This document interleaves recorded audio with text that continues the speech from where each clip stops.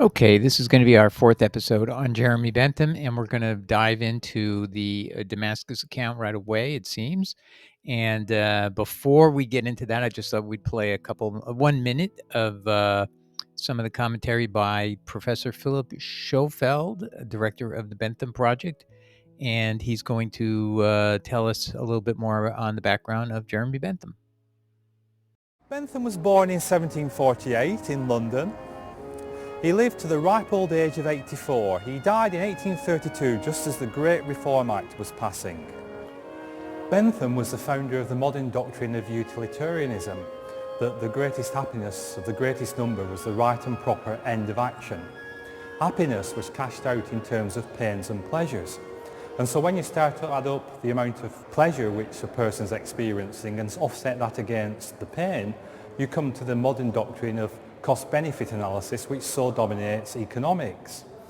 Bentham's also been extremely influential in legal thought, for instance in his theory of evidence, in his views on codification, and in his general philosophy of law. In politics, he was the first advocate from a utilitarian perspective of equality. He even advocated women's suffrage as early as 1789. And later in life, in his magisterial constitutional code, he developed a blueprint for representative democracy, with a stress on openness and publicity in government. Okay, so now we're going to next turn again back to the Damascus account examination that Bentham is going to give. And we already covered this a little bit in episode number 2. We told you he mentioned that it was in the year 35 that this Damascus Road experience happened. Okay, so if you do the math, Jesus is executed in around 33, 34 AD. So it's a couple years later, this Damascus Road experience supposedly happens. And then he gets to the end of the book and he says in the year 63 is the last occurrence mentioned by the historian Luke. So the last historical event was in 63, but then he says, Luke says there's 2 more years that passed by the time he's now writing at the very end.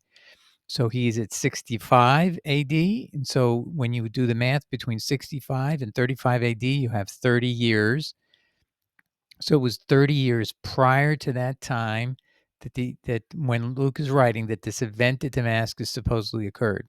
30 years. That's huge. And we mentioned that once before. So now this next point we're going to see, he's going to say, how long did Luke even know Paul?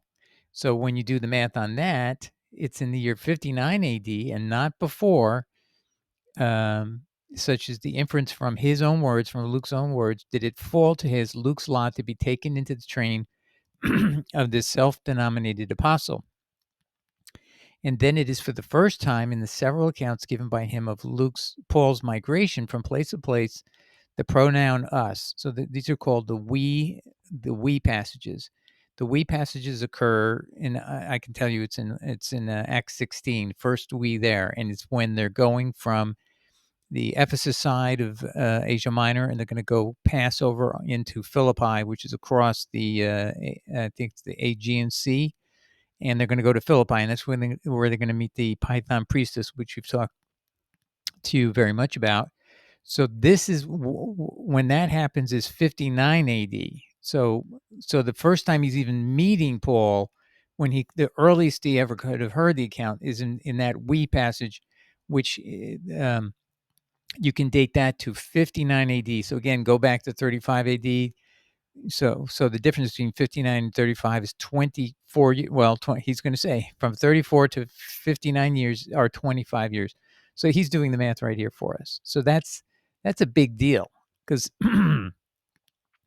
he's trying to make a point is that Luke is the secondary witness to this account. Paul is the first witness. So Paul is recounting for the first time this event to Luke 25 years after it happened, at minimum, because Luke hasn't even met Paul until that point in time. Okay.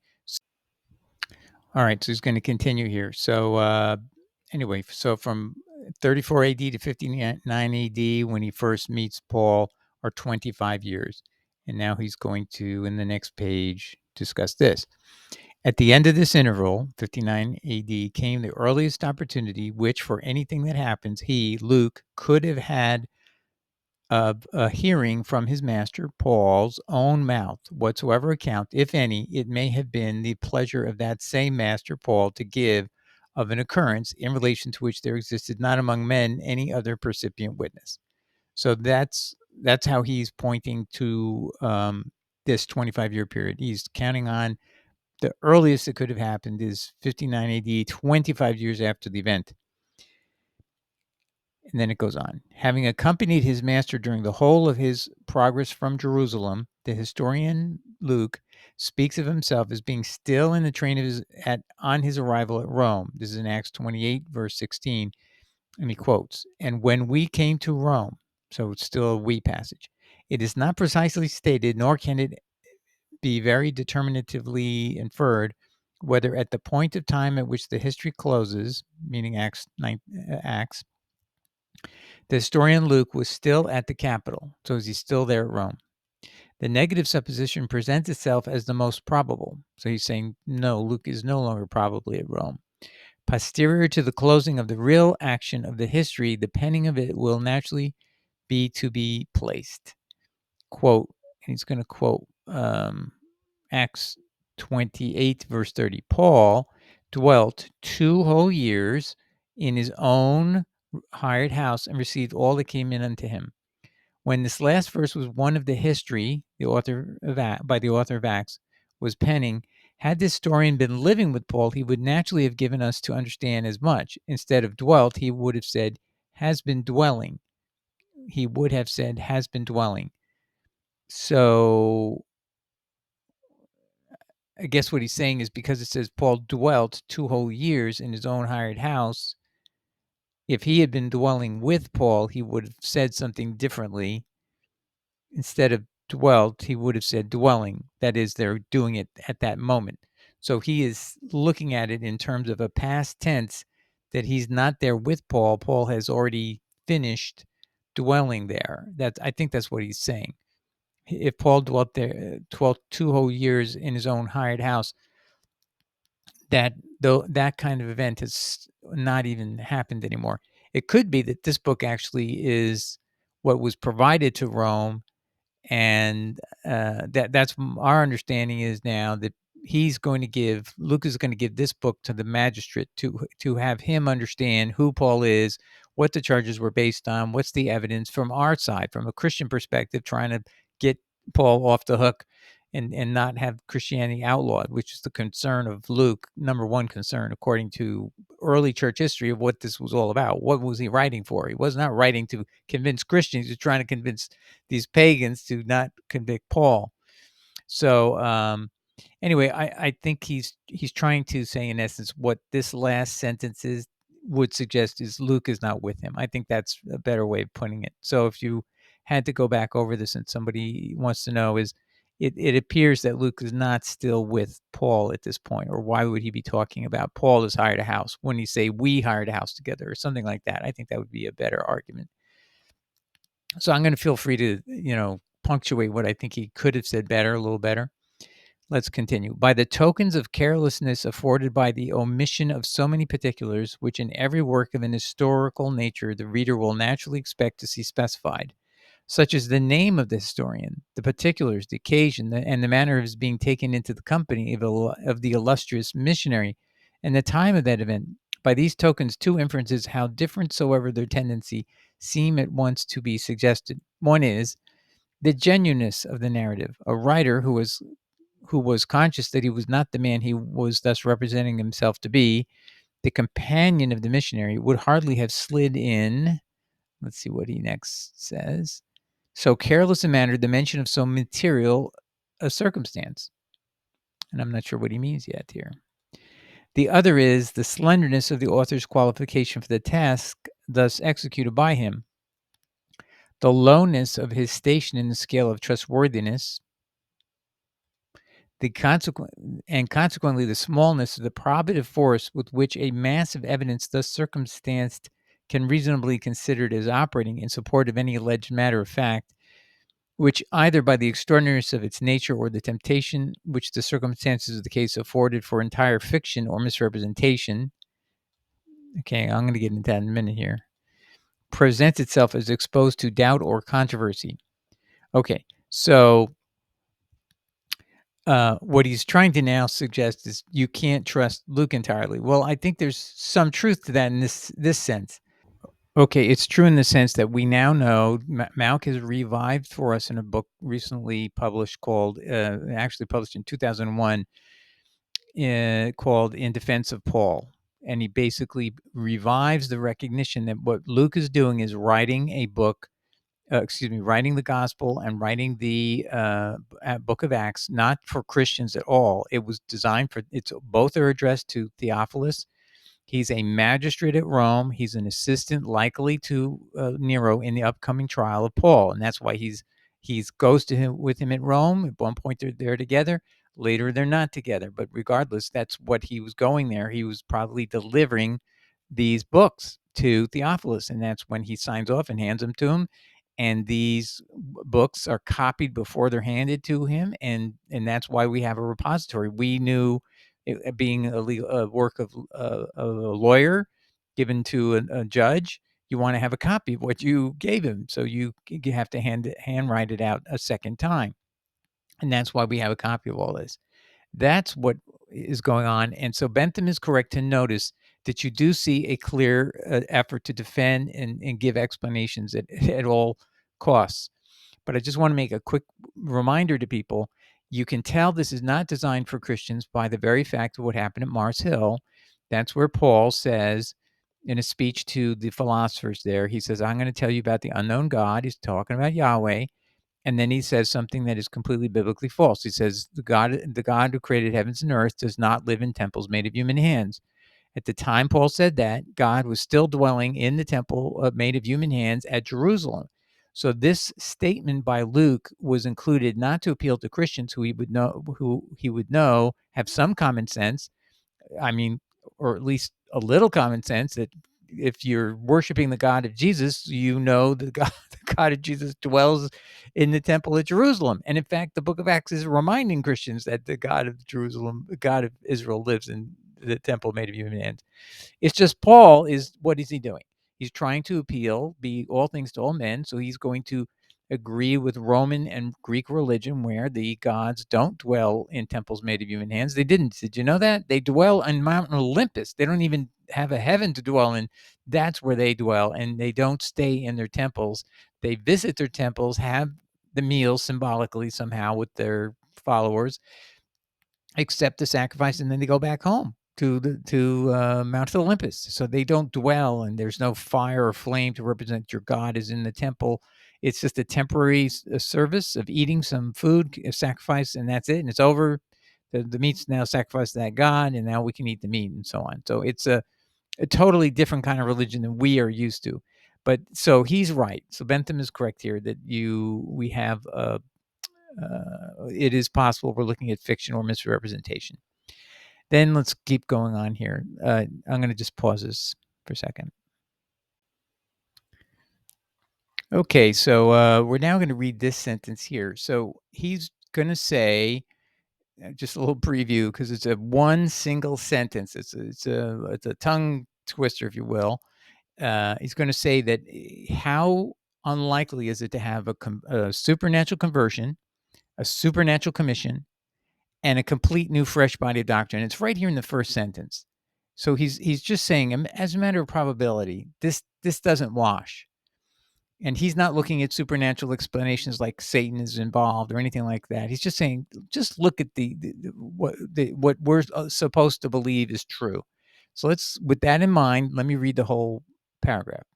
A supernatural conversion. Well, first of all, you have to know he's just suggested, could there be fiction or misrepresentation, or should we have doubt about this? So he's just talking about on factual plausibility side of things. A supernatural conversion and the receipt of a supernatural commission for the delivery of a fresh body of doctrine. Such are the two events which, though in their nature so perfectly are distinguishable, were, according to this narrative, combined in one. the conversion from an unbelieving, cruel, and destructive persecutor of the new fellowship into a most zealous supporter and coadjutor. The body of doctrine, such as if it amounted to anything, could not but have been what the person in question declared it to be, a supplement to the religion taught by Jesus while in the flesh, a supplement containing matter never revealed to and consequently never taught by his apostles. So when you put it that way, what he's saying, when you just hold it up to the light and you go, okay, does this make sense? You've got supernatural conversion, you got supernatural commission, you got a whole new fresh body of doctrine. And instead of Paul teaching anything that the apostles are teaching or that Jesus is teaching, it's a completely new, it's a new gospel. And just on its face, he's saying, question that because it doesn't make any sense. Why would it should put you on alarm? He was your enemy yesterday. He's claiming to be a friend today, but he's not teaching anything that Jesus taught, and he's not teaching what you apostles are teaching, and he's off on his own. I mean, come on. So I think that's actually a good point. It could have been stated better, but let's put that. We're going to do a summary later of what we think are all his points, and we're going to put that in there because I think that's a very good point. What's the likelihood that you should question this picture we're given? Is he goes from an enemy to an ally, but his alliance is on his terms and against the doctrines of Jesus Christ. Something's wrong here. Is it not more likely, and here's what I would say as a Christian, how to take this, because Bentham doesn't probably do this, is you've got somebody who was a murderer and a blasphemer, and you're saying Jesus picked him. So let's say Jesus picked him. Let's say this was the real Jesus, for example.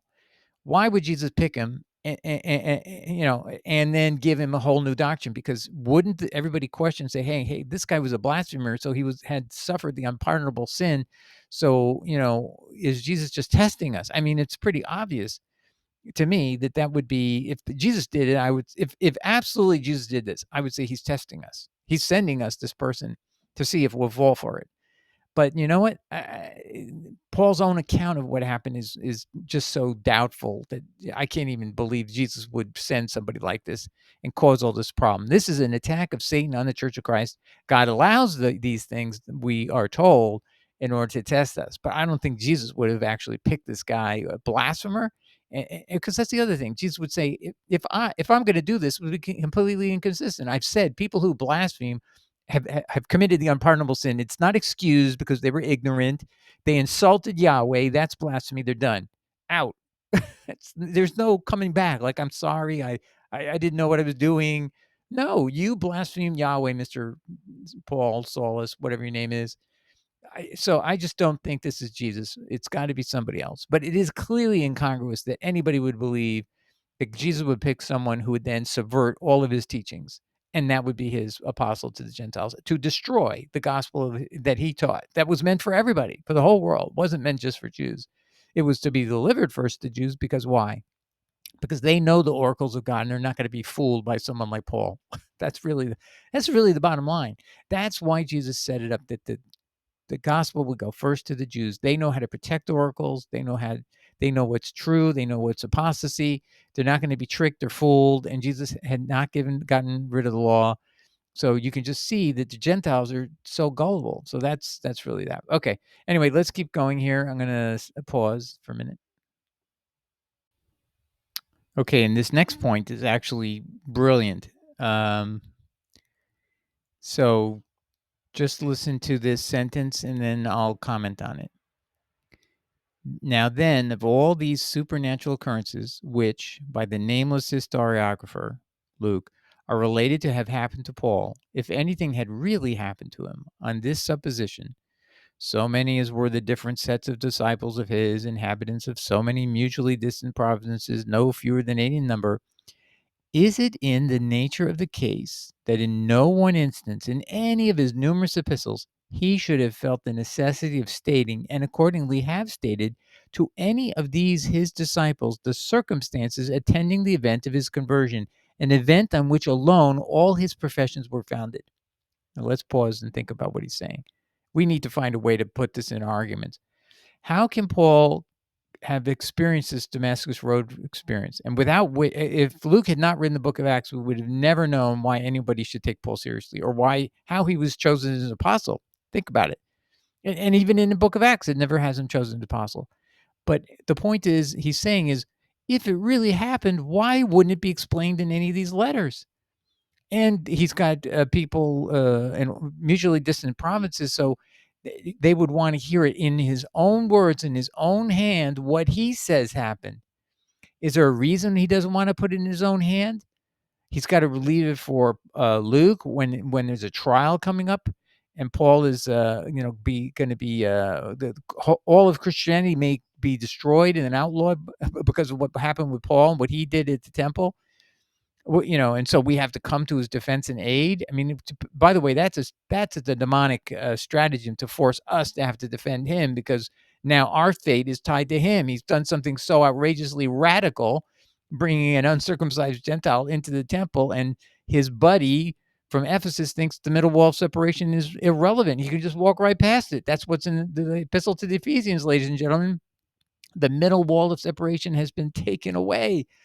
Well, it's physically there, so Trophimus said, hey, well, this is spiritual meaning to what Paul told me, and I'm going to go through there. The point is this: why didn't he tell the Ephesians? This is why this is how I had this experience on the road to Damascus. Somehow, sometime, it should have been in any one of his epistles.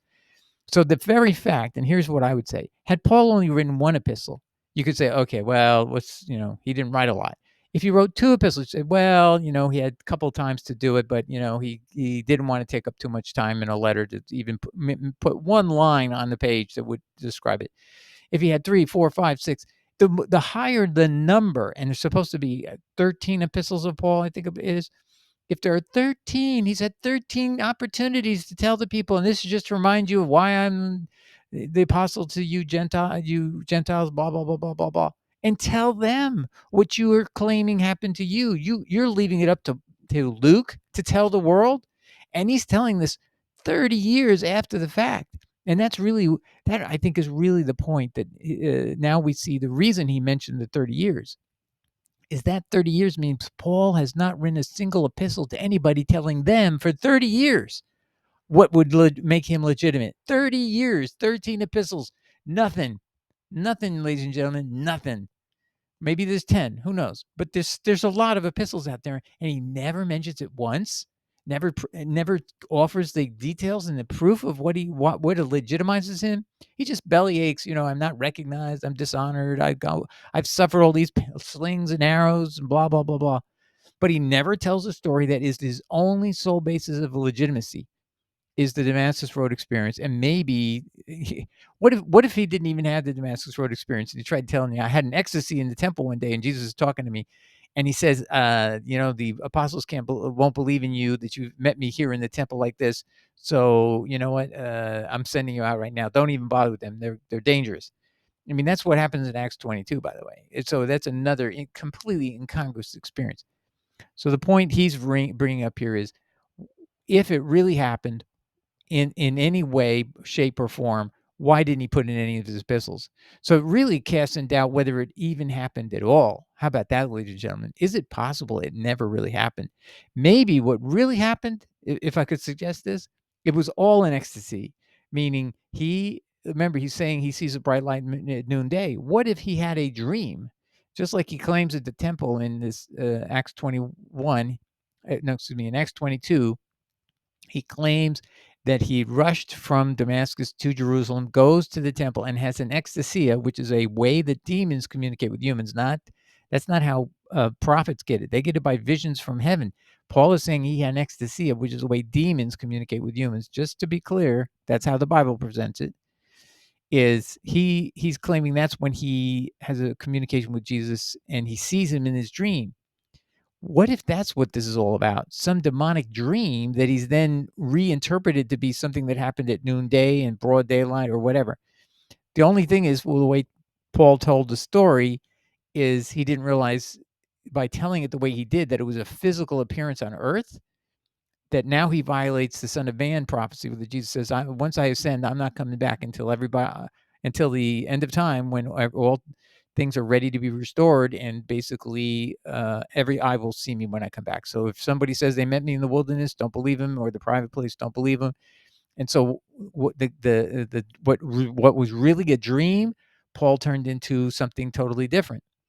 And that's What else can explain why he doesn't put in any letter for 30 years? 30 years. He relies on a guy he meets in 59 AD, and he's had been a Christian for since 30, allegedly from 35 AD, 25 years. He's not written one letter about that, although he began writing in 47 AD to the Galatians. He's had Galatians, Thessalonians, First Corinthians, I think it's Second Corinthians. Maybe he's written Romans, or he's going to write Romans soon. So I mean, he's got plenty of time, and after this all happens, he has plenty of time to write it later. So he's got a career, no matter what, he's got a career of 13 total epistles and never writes it. So that's another point we need to bring up. Tell people, why did he never put it in his own letters? Was he ashamed of it? Did he, he's boasting about everything else. Was he ashamed? Was it untrue, and therefore he didn't want to put it in print that he could be, used against him? He's got to rely upon other people using hearsay reliance on him, which is not considered really legitimate evidence in any kind of sense. So, or he doesn't even convince any of the 12 to write out a story, or one of the 12 could say, I prayed to Jesus last night, and he told me Paul's story is all true. Whatever. He has nothing to corroborate himself. He's left himself totally exposed to this criticism. If he did not have the guts to put it in his own words, in his own epistles, and he's shown no hesitancy to write and boast about everything else, but this one most important event of all, he does not tell you anything about. Zero. Okay, so I think we're going to end it right there. That's a very good point of Bentham. So I think you see we're learning stuff, points that we wouldn't see things quite the way he did, and he's very enlightening, very helpful to us. So we're going slowly through him will help us all get a little closer to the truths about Paul.